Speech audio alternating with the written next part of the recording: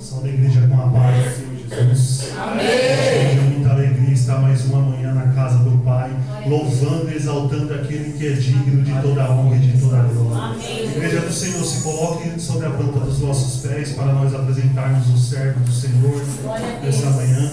Soberano Deus e maravilhoso, grandioso e poderoso, amado Pai, meu Rei da Glória, meu Deus santo e poderoso, sabemos, Senhor Jesus, que o Senhor já tem falado com o teu povo nesta manhã, meu Deus, meu Pai, mas queremos ouvir mais de ti, Pai, nesta manhã, Senhor. Usa o teu servo, Pai querido, Pai amado, para a honra e a glória do teu santo nome, Pai. Que ele venha, Pai querido, Pai amado, através do teu Espírito Santo, Jesus, transmitir, meu Deus, meu Pai, aquilo que o Senhor sabe, Pai, que nós necessitamos de ti nesta manhã, meu Deus, meu Pai. Que tudo venha a ser, Jesus, para a glória do teu santo nome, Pai.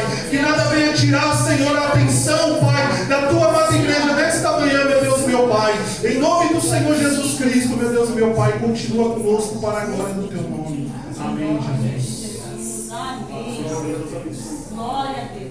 Bom dia a todos, a paz do Senhor, queridos. Amém. Hoje é domingo de Páscoa, Páscoa. Hoje é Páscoa.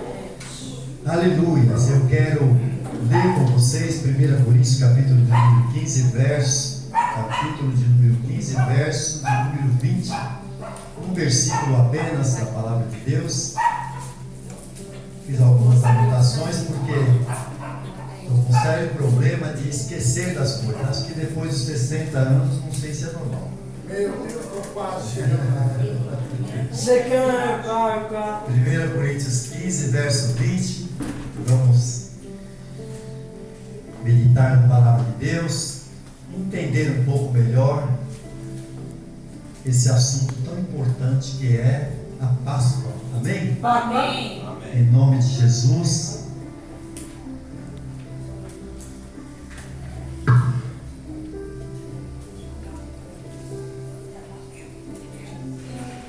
Primeira carta de Paulo aos Coríntios, capítulo de número 15, verso de número 20. Eu estou muito contente, muito agradecido a Deus pela vida de cada um de vocês. Glória a Deus. É muito bom estarmos reunidos para adorar a Deus. Amém? Amém. A nossa maior alegria, a nossa maior felicidade que nós temos é saber que Deus é conosco. Nós não estamos sozinhos. Passamos luta, passamos dificuldade, a minha esposa já falou aqui. E cabe ao homem trabalhar, porque ele veio do pó. Ele tem que trabalhar até tornar o pó. E a mulher não veio do pó, ela veio do homem. A casa está na mão da mulher. O homem constrói a casa e a mulher transforma no lar. Amém? Amém. E é maravilhoso, porque Deus sabe o que Ele faz. Duas naturezas completamente diferentes uma da outra. Deus coloca debaixo do mesmo teto para dividir o mesmo leito e viver em harmonia, com todas as diferenças. Deus é maravilhoso. Deus é bom. Ele sabe o que faz. E até aquele que parece que está errado na sua vida está certo. Até o que parece que está dando para trás está indo para frente. O Senhor é contigo. Amém. Nós é que não entendemos muitas vezes.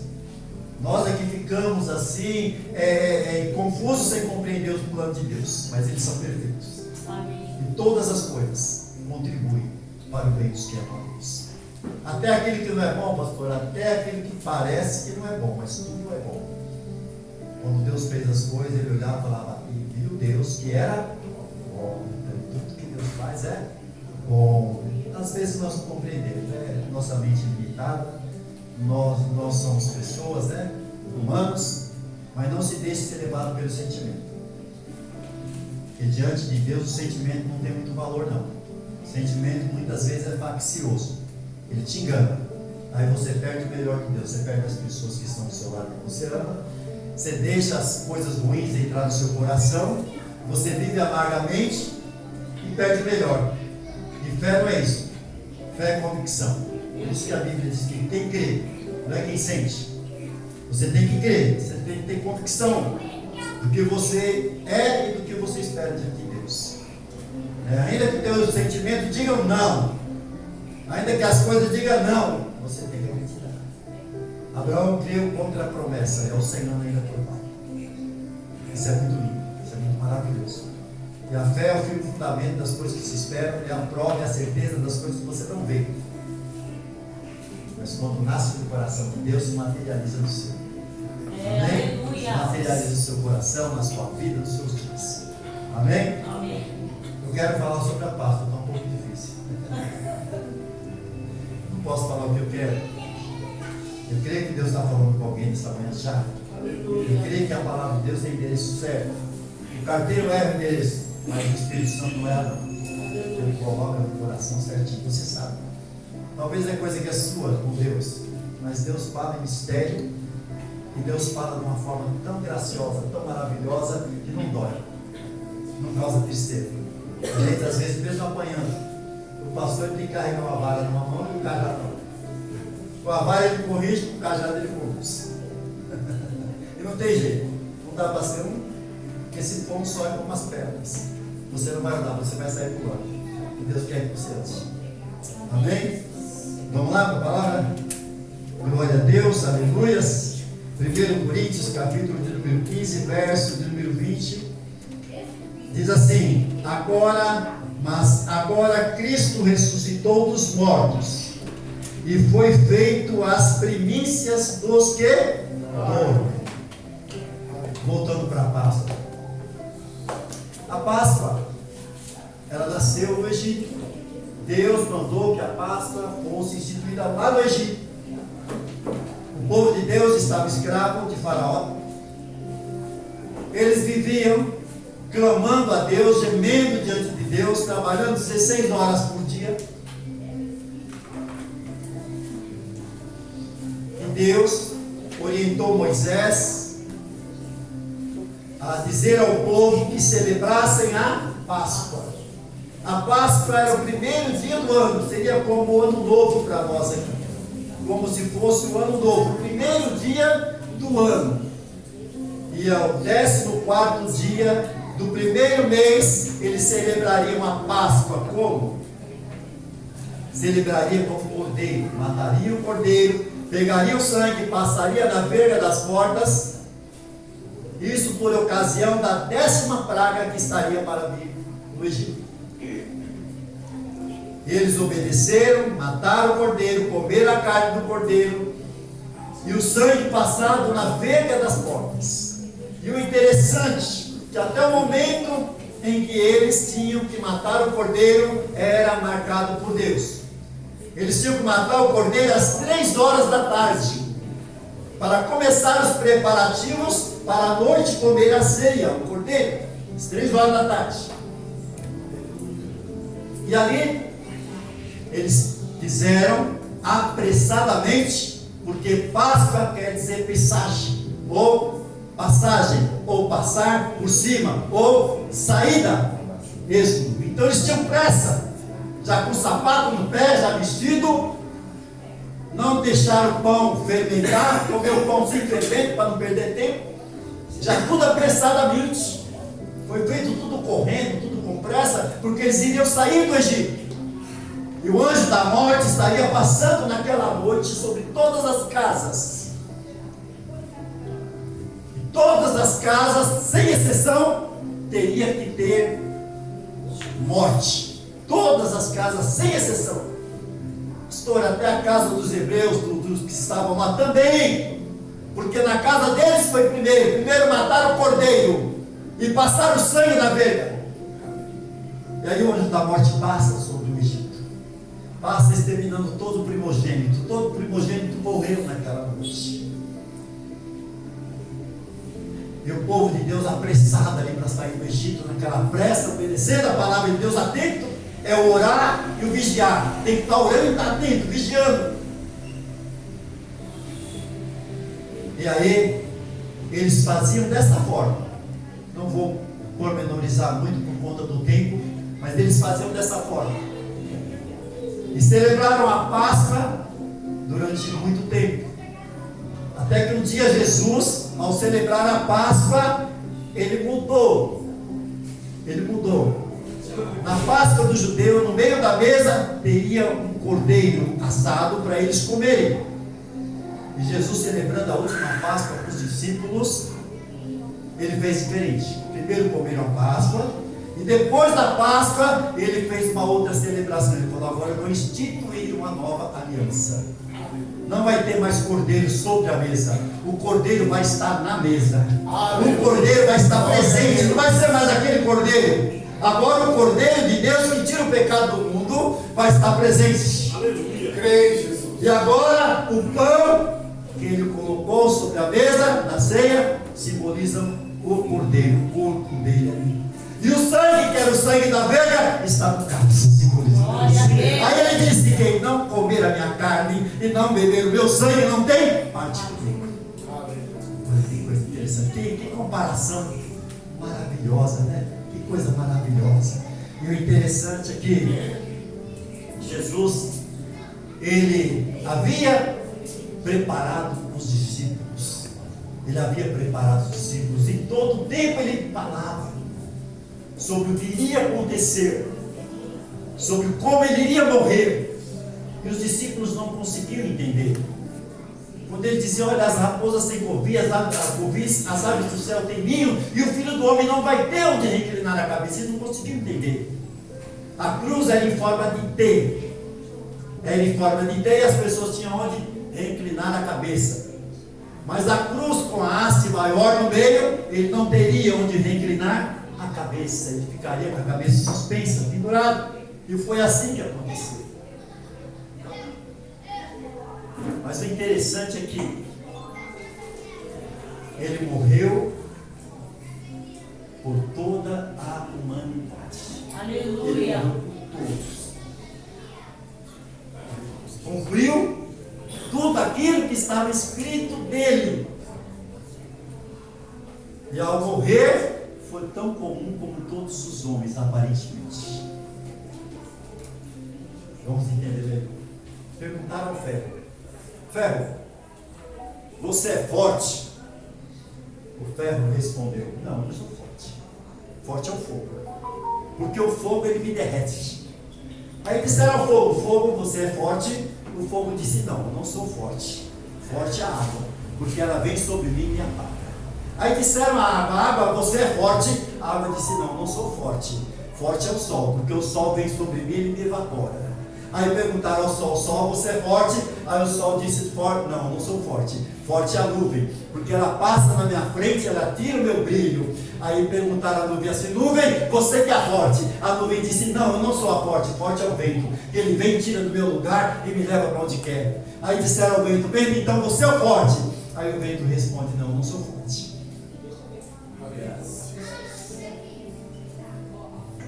Fortes são as rochas, porque as rochas, quando eu sopro sobre elas, elas me retêm sobre elas.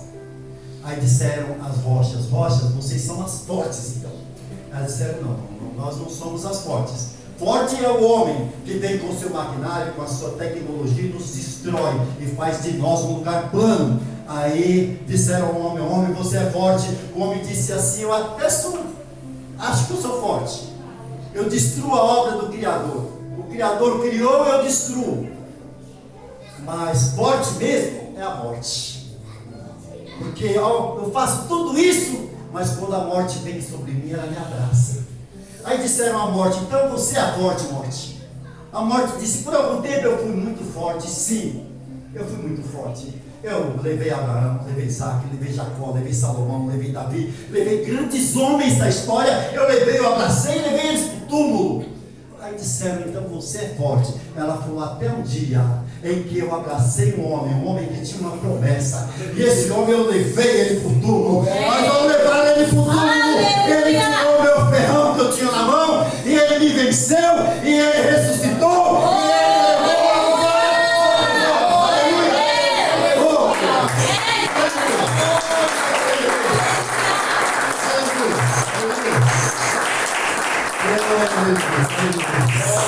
aleluias, aleluias. Ele venceu a morte. Primeiramente, ele passou por todo o sofrimento. Queridos, nós como cristãos precisamos entender que nem tudo aquilo que vem para nos abater é para nos matar.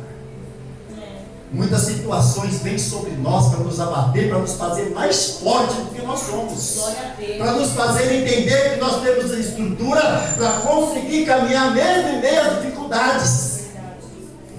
Nós não estamos blindados. Nós não estamos isentos de doença, nós não estamos isentos de perda, nós não estamos isentos de nada dessa vida aqui. Mas nós precisamos entender que nós podemos todas as coisas naquele que nos fortalece. O nosso socorro, ele vem do Senhor que criou os céus e a terra, não vem de nós mesmos. Jesus, ele na Páscoa, como disse aqui, na primeira ceia, ele estava ali. E o momento marcante da ceia foi a traição. O apóstolo Paulo, ele fala que o Senhor, na noite em que foi traído, ele tomou o pão. Ele foi primeiramente traído. Ele foi traído. Depois ele foi para o Monte das Oliveiras, para o Getsemane. Getsemane quer dizer monte da prensa, onde é prensada a azeitona. E eu quero dizer para vocês que se a azeitona não for prensada, não sai o bom azeite. Se a rosa não for amassada, não sai o bom perfume. Se o barro não for bem pisado, não sai o bom vaso. Se, aleluia, nós não pisarmos a uva, não vai sair o vinho. É necessário passarmos pela prova para nós sermos aprovados. Ao sair da ceia, ele foi para o Getsemane, onde ele foi preso. Ao sair do Getsemane, ele foi açoitado na prisão. Ao sair da prisão, ele enfrentou a cruz, onde ele morreu, foi crucificado. Ao ser crucificado, ele morreu, ele foi sepultado, e no sepulcro ele ficou ali. Isso foi decepcionante para os discípulos. Os 2 discípulos a caminho de Emaús diziam: nós esperávamos que ele fosse a consolação para Israel. Nós esperávamos que ele fosse mudar o governo, que ele fosse mudar as nossas vidas, que ele fosse mudar a situação do povo judeu. Mas acabou. Nós se frustramos. Pedro pegou as redes, começou a arrumar, falou: eu vou voltar a pescar porque não tem mais esperança mesmo. Maria pega os perfumes e vai até o sepulcro. Assim, não tem jeito, agora só me resta perfumar o corpo do meu mestre, para que ele descanse em paz. E Maria foi a primeira ao chegar no túmulo. E o túmulo estava vazio. Porque ele, aleluia,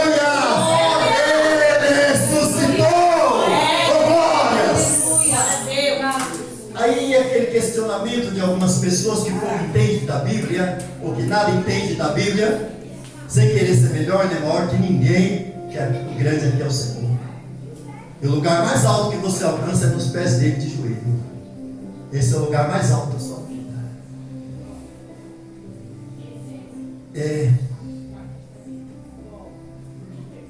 Alguns não conseguem compreender esse mistério. Que mistério, pastor? Antes que Jesus morresse e ressuscitasse, vamos de trás para frente. Lázaro morreu e ressuscitou. A filha de Jairo morreu e ressuscitou. O filho da viúva de Naim morreu e ressuscitou. O filho da sunamita morreu e ressuscitou. O soldado que caiu sobre os ossos de Eliseu havia morrido e ressuscitou. Então não tem novidade. Não tem novidade. Ele foi feito a primícia dos que morreram. Ele foi feito a primícia dos que dormem. O que significa isso? Todos os que morreram e ressuscitaram tornaram a morrer naturalmente, mas ele morreu e ressuscitou gloriosamente. Ele foi revestido de um corpo imortal, de um corpo eterno, de um corpo glorioso, a essa ressurreição da qual nós vamos fazer parte. No momento, nós já estamos envolvidos nessa ressurreição. Por isso que a Bíblia diz que se nós ressuscitamos com Cristo, nós devemos buscar as coisas que vêm de cima, de onde Cristo está. Devemos pensar nas coisas que são do alto, da onde Ele está nos aguardando. A ressurreição. Também na Páscoa há uma comemoração dos coelhos e dos ovos. E nós precisamos ter entendimento da palavra de Deus. As pessoas falam, não, isso é comércio, pastor. Isso aí não tem nada a ver com ressurreição, é comércio. Se nós formos olhar para o lado das situações, no dia da Páscoa e Pentecostes, tinha 3 milhões de pessoas. 3 milhões de pessoas reunidas em Jerusalém para comemorar a Páscoa, para comemorar. Comemorar é comer. Celebrar é festejar.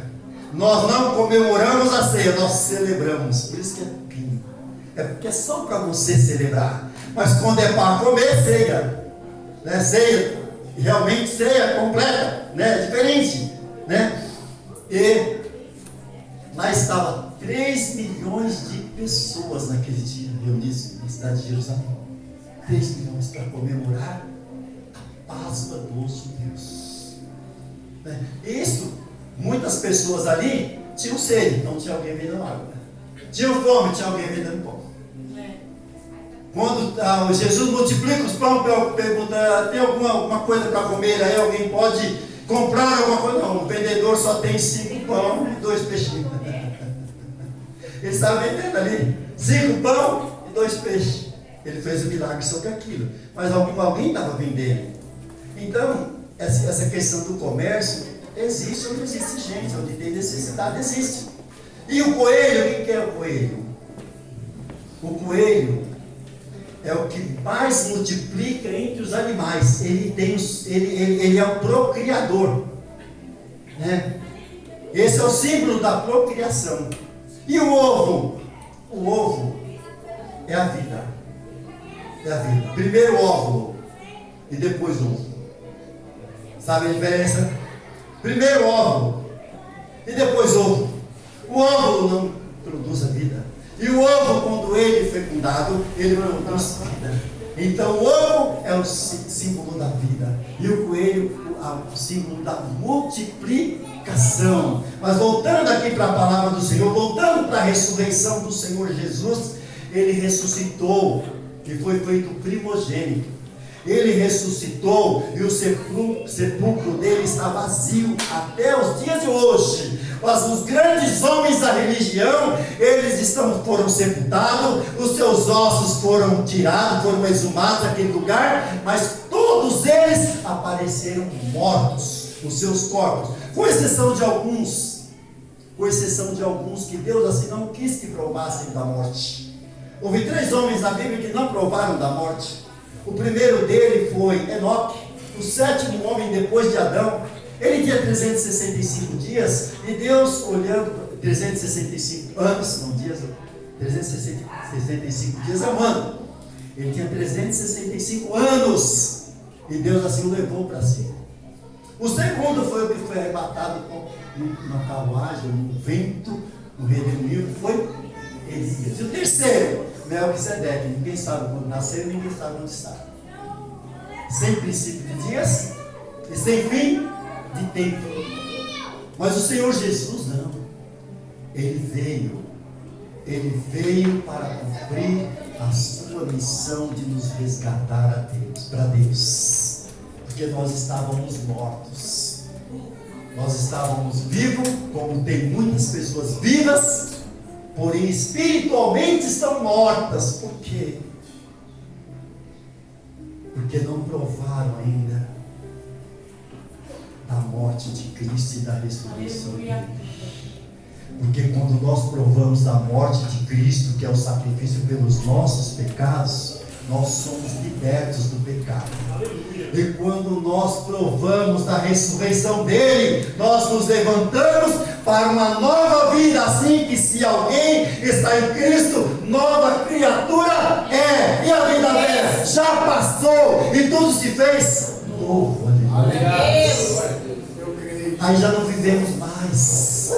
Já é Cristo que vive em nós. A nossa vida agora já não é mais aquela vida, você era, você fazia, você acontecia. Isso é mazelas, querido. Isso é mazelas, isso é coisa do passado. Isso não é nem testemunho, é testemunho, irmão Renato. Contar do que eu era, do que acontecia, é testemunho. Mas o meu testemunho é falar do que Cristo fez na minha vida, dizer o que Ele é na minha vida, que Ele ressuscitou para me dar nova vida e eu viver agora em novidade de vida. Aleluia! É isso, amados. Entendemos que Ele morreu e ressuscitou para nos dar vida, e vida em abundância, vida eterna, uma vida saudável na presença dEle, independente da minha condição, independente, porque a minha alegria, a minha satisfação, o meu prazer em Cristo está dentro de mim, não está nas coisas de fora. Eu posso viver bem, o apóstolo Paulo disse, eu aprendi a viver bem, eu aprendi a viver bem na necessidade, eu aprendi a viver bem na abundância. E assim eu posso dizer que em todas as coisas, ou seja, posso todas as coisas naquele que me fortalece. A minha fortaleza, ela não vem das coisas materiais, ela vem do Senhor. É o Senhor que me fortalece, é o Senhor que me revigora, é o Senhor que me põe de pé, é o Senhor, aleluia, que ressuscitou para me dar vida e vida em abundância. Aleluia! Nós estamos aqui de passagem, amados. Já foi dito nessa manhã que Deus nos prospera todos os dias aqui, mas Ele nos prospera para nos fazer feliz, assim como o homem é feliz lá no Éden, podendo provar de tudo que ele tinha.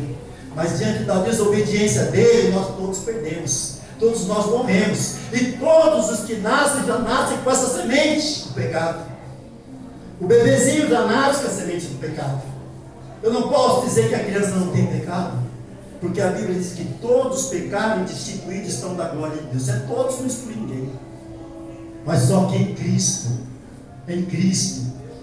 nós somos transformados em nova criatura. E pela nossa regeneração em Cristo, nós morremos com Ele, somos sepultados. E com Ele nós ressuscitamos para uma nova vida. Para viver um novo tempo. Para ser um tempo maravilhoso, assim como Adão vivia no Éden, para ser abençoado em tudo que nós somos, para ser abençoado em tudo que nós fazemos. Aonde nós colocamos a planta do pé, o Senhor abençoa. Aonde colocamos a mão, Deus abençoa também. E aonde nós estamos, Deus está conosco. Nós não estamos sozinhos nem um minuto. Ele está conosco todo o tempo, todo momento. Emmanuel, Deus conosco. Oh, aleluia. Ele está conosco. Ainda que andemos por situações difíceis, como um vale de sombra de morte, nós não ficamos com medo, porque nós sabemos que Ele já venceu a morte. Já sabemos que Ele ressuscitou. Nós entendemos que Ele ressuscitou para nos dar uma nova vida. E agora no Senhor nós andamos, no Senhor nós nos movemos, no Senhor nós respiramos, no Senhor nós nos alegramos em todo o tempo, porque o Senhor é conosco em todo o tempo. Aleluia! Então hoje nós não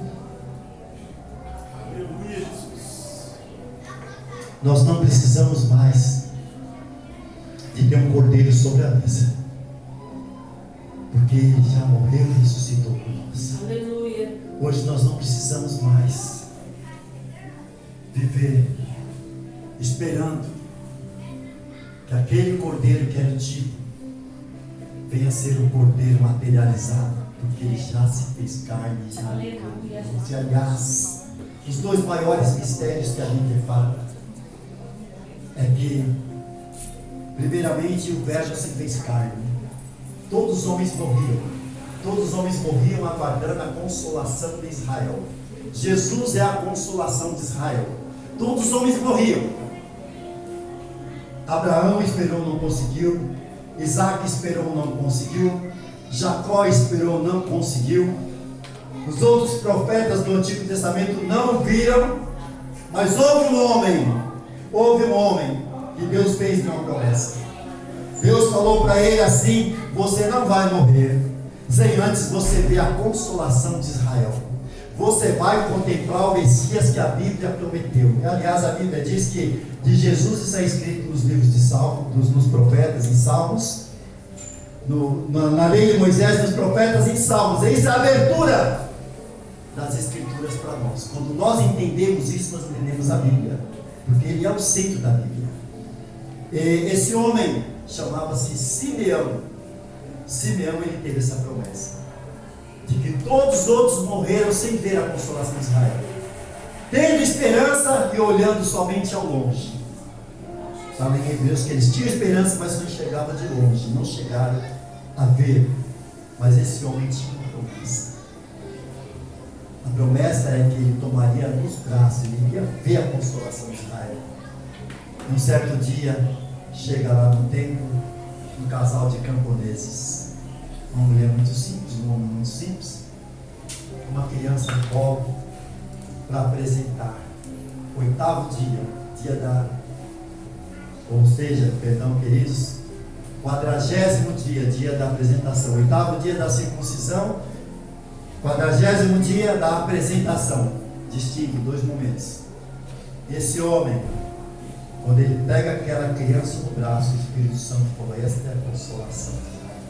Glória a Deus. Essa é a consolação de Israel. Ele brada naquele momento. Ele brada naquele momento e agradece a Deus. Agora, Senhor, tu podes me despedir em paz, porque os meus olhos já viram a consolação de Israel, viram que os profetas não viram que Moisés não viram que Salomão não viram que Davi não viu que todos esperaram. Está aqui diante aquele que é a salvação do mundo, aleluia. Aquele que ele veio para dar a sua vida em resgate de muitos, em resgate da humanidade. Ele contemplou, tomou nas mãos Jesus. A profetisa Ana, naquele momento, ela começou a cantar um cântico espiritual ao Senhor, se alegrando. Aleluia. Ali estava o próprio Filho de Deus encarnado. O Verbo se fez carne. Jesus não é um homem comum. Ele foi 100% homem e 100% Deus. Mas ele estava lá no princípio criando com Deus. Todas as coisas foram feitas por ele. Sem ele nada poderia existir. E aí vem esse mistério da encarnação, não reencarnação. Reencarnação é a sucessão de vidas em um espírito. Mas encarnação é ele se fazer carne e estar entre os homens. E vimos a sua glória como a glória do unigênito do Pai, cheio de graça e verdade. Ele veio, inibiu e restringiu os poderes das trevas. Vou repetir. Ele veio e inibiu e restringiu todos os poderes das trevas. Os que eram possessos, ele libertava. Os que estavam presos pelas enfermidades, ele libertava. Aqueles que estavam nas mãos de Satanás, nos vícios, na destruição, ele libertava. E ele foi curando, ele foi libertando, ele foi curando e libertando o povo, restringindo e tirando todo o jugo que o diabo colocou. Glória a Deus, aleluia. E ele, por fim, para concluir a obra, ele precisaria de enfrentar a cruz. Era algo que era imposto naquela época somente para malfeitores. As pessoas que eram os malfeitores, eles morriam pendurados na cruz, como uma advertência para as pessoas olharem e saberem que o caminho de quem trilhava errado era aquele. Então eles eram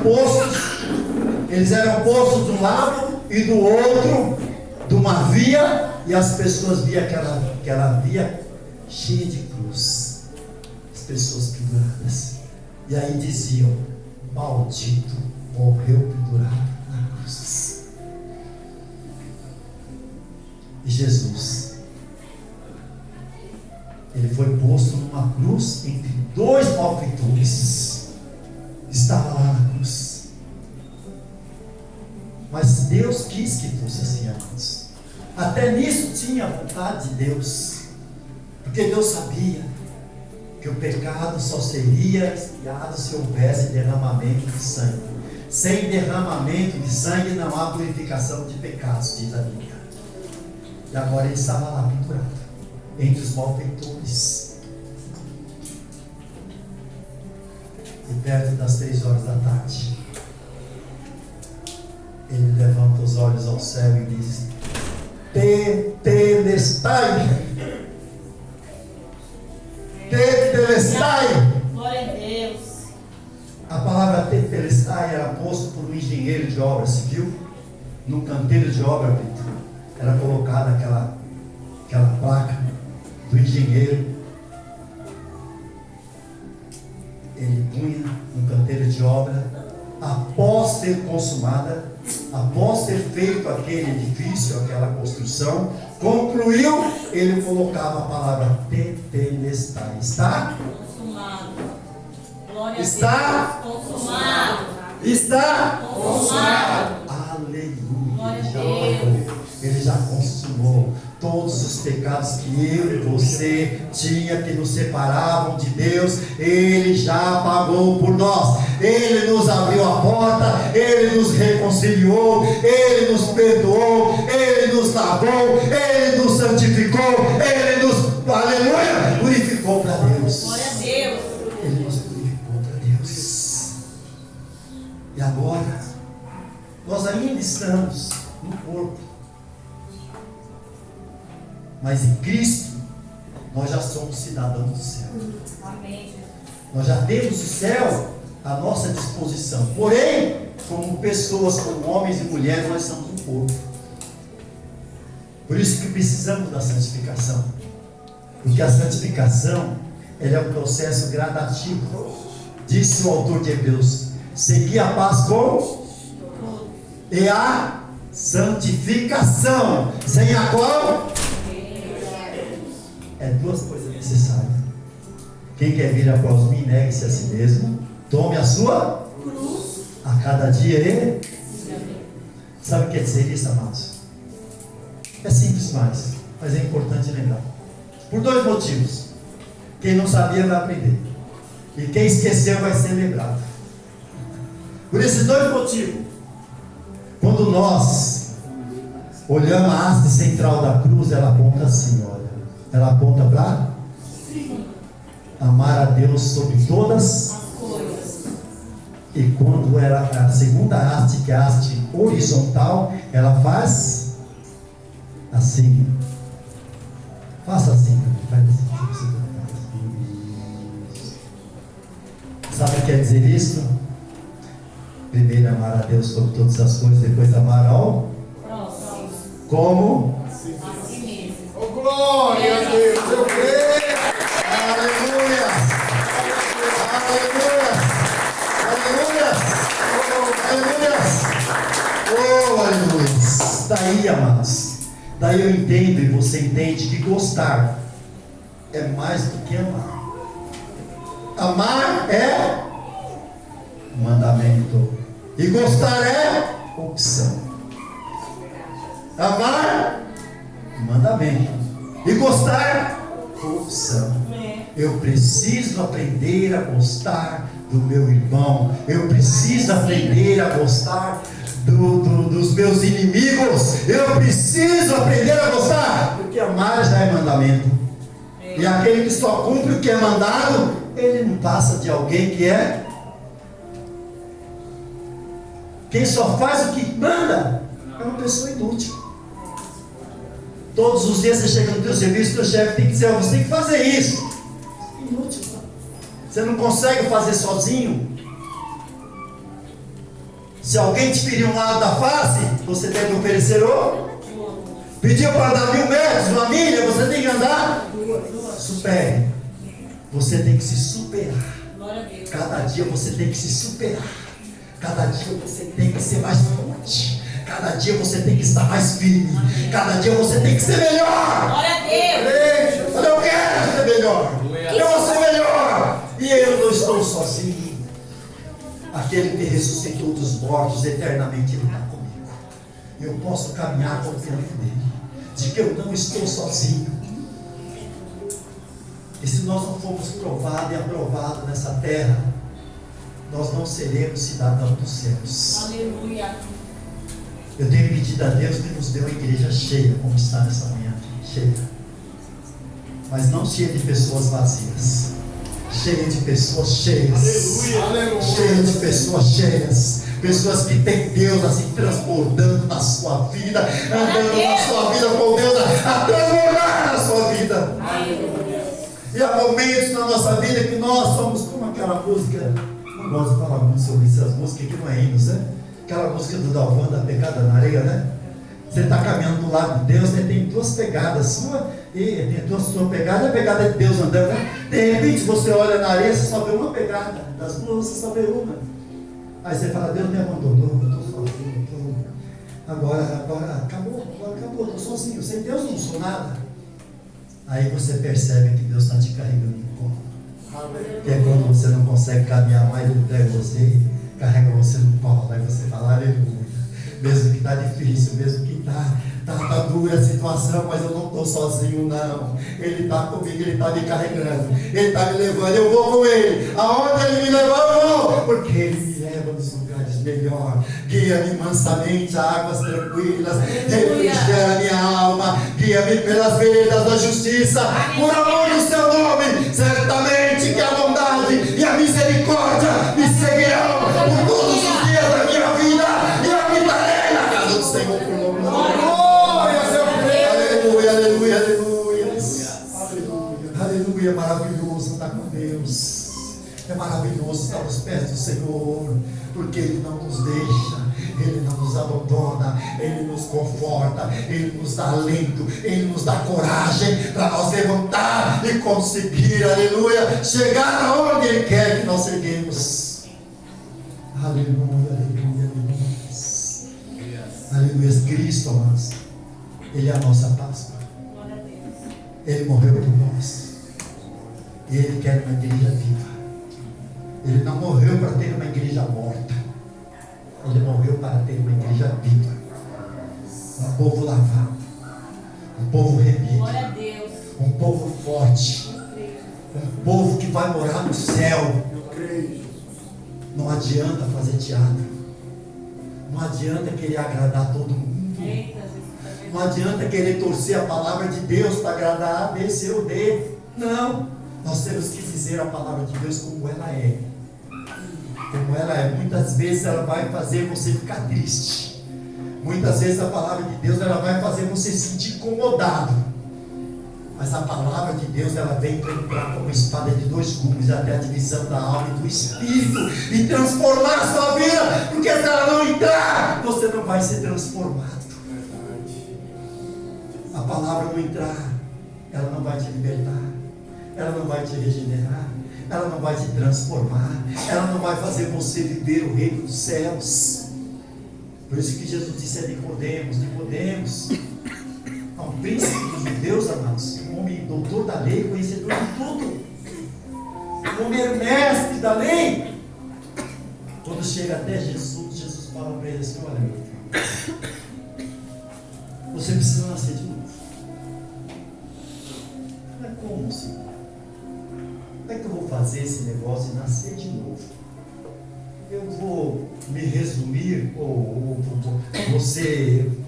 você diminuído até se tornar um embrião, entrar lá no ventre da minha mãe, para ser gerado e nascer de novo. Ele disse, olha, o nascimento da carne é nascimento de carne. O nascimento de espírito é nascimento de espírito. Você precisa nascer de Deus. Você precisa nascer de Deus. Por quê? Porque se você não nascer de Deus, você não pode ver e nem entrar no reino do céu. Você vai ficar do lado de fora. E Nicodemo sai pensativo naquilo. Como é que eu vou fazer isso? E para nós hoje é simples. É nascer da água e do Espírito. A água te lava por? O Espírito te limpa por? A água te lava por? O Espírito te limpa por? Eu não quero pessoas que não entraram no reino de Deus ainda. Eu quero pessoas que já Se não entraram, ele está batendo hoje. Glória a Deus. É Jesus. Ele bate. Ele bate e fala assim: eu quero colocar o reino dentro de você. Eu quero entrar na sua casa. Eu quero cear com você. Eu quero que você seja comigo. Eu quero ser um com você. Eu quero que você seja comigo. Como eu sou um com o Pai. E o Pai é um comigo também. Assim eu quero ser com vocês. Oh, aleluia, Jesus. Eu quero ser um só com vocês. Eu quero que vocês vivam o meu novo. Eu quero que vocês vivam a minha natureza. Que haja em vós o mesmo sentimento que houve em Cristo Jesus.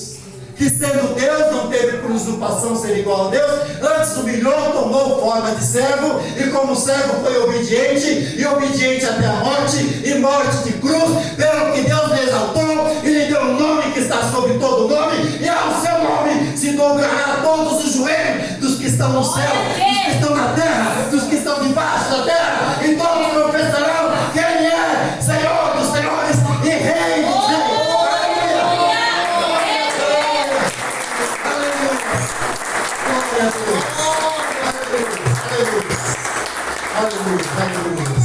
Aleluia, glória a Deus, aleluia, que essa palavra fique no seu coração, Amém, Jesus. aleluia, que essa palavra fique no seu coração. Eu quero dizer que Jesus vai voltar, Jesus vai voltar. Eu gosto de ser muito simples, porque eu acho que a palavra de Deus é simples. Eu gosto de ser muito direto, porque eu acho que a palavra de Deus é direta. Nós ouvimos várias discussões por aí teológicas, dizendo que Jesus vai vir antes da tribulação.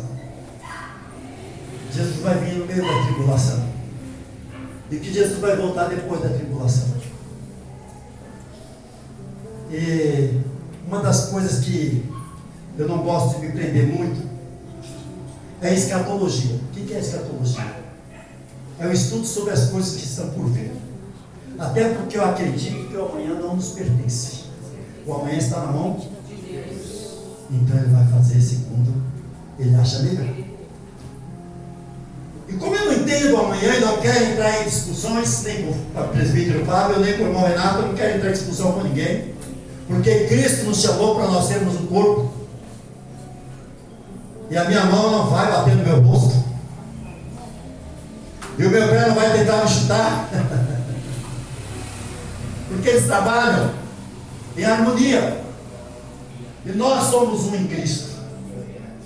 Ele nos uniu na cruz. Na cruz Ele desfez a inimizade de ambos os povos, criou um novo povo. Um povo lavado, um povo remido. Um povo remido.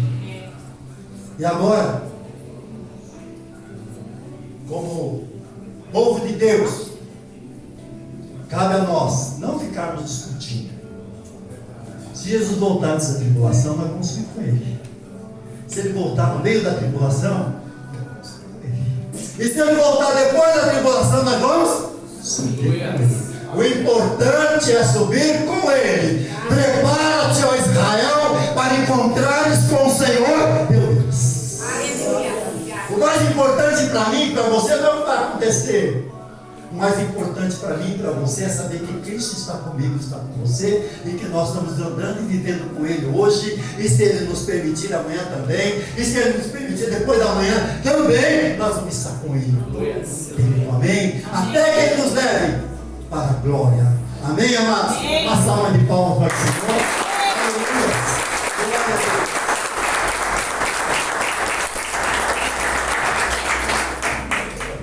Aguardem só mais um minutinho, as crianças vão fazer uma apresentação agora. É a primeira apresentação aqui do